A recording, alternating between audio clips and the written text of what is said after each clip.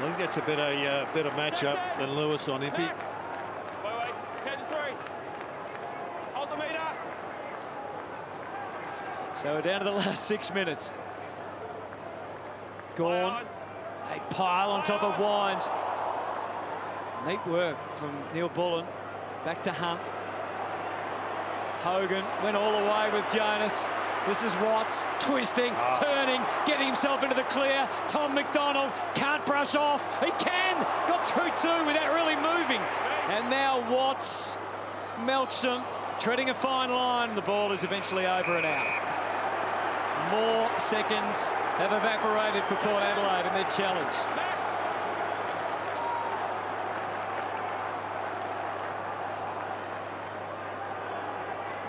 It's starting to become all or nothing time for Port Adelaide. Gone down to Neil Bullen. Can Port launch something off half back? Boak is having a wholehearted effort to try and get something started. This is where they just want predictability from Max Gawn. Keep it in tight. Keep it in tight. Repeat ball up after repeat ball up's not a problem. Don't hit to space. That's exactly what they're after. Oliver threw that out effectively. Hunt, Dixon. Power Pepper in your face. Great stuff from Hunt. It's been one of the great stories, hasn't it? The emergence of Hunt for Melbourne. He's kicked one of the great goals we've seen up in Darwin last week. He's a great chaser. He's a great tackler. It's a full package. And he's a hell of a pickup. I think they recruited him with a pick in the 40s. A bit higher, I think. It's all part of, all part of that swap of picks with Kelly. GWS. Lewis overruns it. Hibbert thumps it for the 33rd time. He has a possession and Melksham marks it. Hogan sneaks back to goal, but Melksham quite rightly decides to use up all the seconds. Well, there wasn't that much sophistication about the kick from Hibbert, but it got the job done, and it's just part of his work today, which has seen him one of the best few on the ground. It's been a very unsophisticated last quarter, Jared. Bomb it forward, kill some clock. Come on, hands out. Oh, he's gone for it. He's gone for it. He's got it! Jake Melksham might just have sealed the deal for the Dees. And a stellar afternoon that the Melbourne fans are in raptures about at the home of footy. We mentioned he's learning his trade in this side, in the forward line, developing as an important weapon in the forward half. And he's kicked a couple of goals today. He was important a couple of weeks ago in a very important win. And he's taken a strong mark and gone back and delivered a hell of a goal. First place you break down is across half forward. If you allow defenders to drop off and use better spaces and cut off and become intercept players, then you struggle. If you can find half forwards that can command their position, mark the ball every now and then, hit the scoreboard, stay dangerous, get to that 20 disposals per game, they're very important commodities. Well, it's out to 22 points now, and Port need one and need one fast. Viney, that single-minded determination, points this man, Kennedy Harris, on the path towards goal. High ball, tough one to handle for Burne-Jones. Does as well as he could. Pulled the wrong club there. Needed the 3-on, went the 9-on. Oh, Petrarca. Oh, this is when it really is breaking down, when you try and hit up a bullet from outside, from inside the goal square, and you get intercepted. He's a hell of a kick, this young bloke. You'd expect him to go back and give this a very good chance. It's going to read like a bland last half to Melbourne, but they have answered the challenge. That's right. A serious challenge from Port. Looking for his second of the afternoon, Christian Petrarca. Highly skilled and exciting youngster. And that's the sort of stuff he can deliver. They're getting there now, the Dees. And we've seen a glimpse of what they can produce this very season. And who knows what's ahead in 2017 for the Melbourne Footy Club. It's exciting, there's no doubt about it. If you're looking forward another few weeks, Melbourne fans, if they can just slide into that top 4 position, I know you can win it from outside the top 4, but if you can get there, well, you give yourself a better chance. You know things are going well when you're prepared to kiss your teammates, Jerry. Yeah, I saw that. A little bit of love here. Not sure Holmes is that wrapped about it. But very emotional times for Christian Petrarca. No, it is, and they're special wins. They're special wins against a genuine contender in Port Adelaide. There's some games in the season they mean more than others, and this is one of those. Well, once again, I think the exciting thing for Melbourne fans and their people at the footy club is just how much inherent improvement there still is. And Petrarca's a perfect case in point. He's only a baby in football terms, and yet he's a huge talent. Almost for Charlie Dixon. Big tackle from Trengo. Gray gets disposed of. Atley feeling it.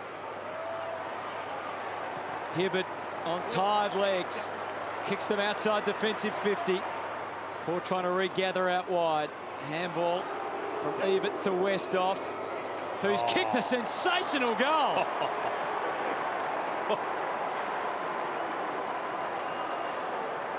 It's funny, he got the boos down here because they all thought he was Charlie Dixon. It's a hell of a goal. Let's be honest, Hibbert is really just playing territory. He'd like that kick back again. In fact, under pressure, he's got to do more with those kicks. But you can't deny the finish. That was a beauty.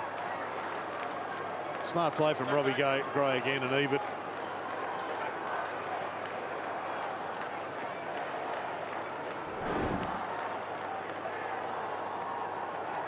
(13-10-88) to 9-11-65. Ryder says he can ruck and rove. It's them deep again. Beautifully judged. What a season he's having. How good is this back line? Cheddar, Hibbert probably best on ground today. For the 9th time this season, he's had more than 27 disposals. He's become a real weapon. As soon as you've got 2 or 3 of those, you've arrived. Melbourne have got Jeddah, Hunt and Hibbert. And here's Petrarca getting into his move on the wing. Threads the handball through. Hannon off the left. High ball. Garlett, has he got something for us for the end of the day? Ryder. He just dodged one there, and that's going to be downfield. Max apologises. It was a bit industrial, wasn't it? A bit crude. I always laugh at the apology afterwards. Yeah, didn't mean that. Sorry. Houston. After half-back Boat, challenged again by Hannon, and he sneaks out of the tackle in impressive fashion. Garlett swamped that occasion. Here's Hogan. Really encouraging afternoon for Jesse Hogan. Beats off a couple, screws it around the corner. Cleary, apprehensive moment or two there. At least done a couple of nice things. Wines, and now White can run into full stride. Haven't seen much of that today. Not enough as far as Port would be hoping for. There we go, Moons. They got that one right. Broadbent. And Hunt had a little glance behind, thought no one's going to stop me here. Full steam ahead, except for the handball. That wasn't so good. He's a great player to have as a spare because he's got so much speed behind the footy. Nice collect from Gray, but it ends up back in Melbourne hands.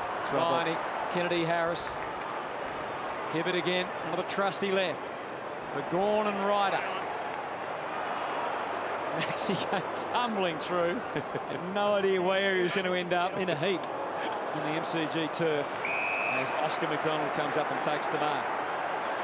So many of their players coming back today. 5 changes, as we said. They're still building, Melbourne. They're still building, and this is a very important win, Jared. Yes, it's a fantastic win, and it just builds that belief in Melbourne as to what is potentially doable at the end of the season. Gee, they've had a lot to cheer about. Jesse Hogan takes his 6th mark, his 23rd disposal. And I love him up the ground. I think it frees him up, it gets him involved. He's going to become a much better player. Over the weeks, he's going to be able to get back to full training. He would still have some limitations. But what a sound for Melbourne fans as the siren rings out around the MCG and signals that Melbourne are going to be a force to be reckoned with this season. A mighty performance at the home of footy from the Melbourne Footy Club. They've kicked 13-10 to 9-11, and who knows what they can achieve this season. They blasted Port away in the first half, boys. Some sore bodies, but they'd be absolutely delighted.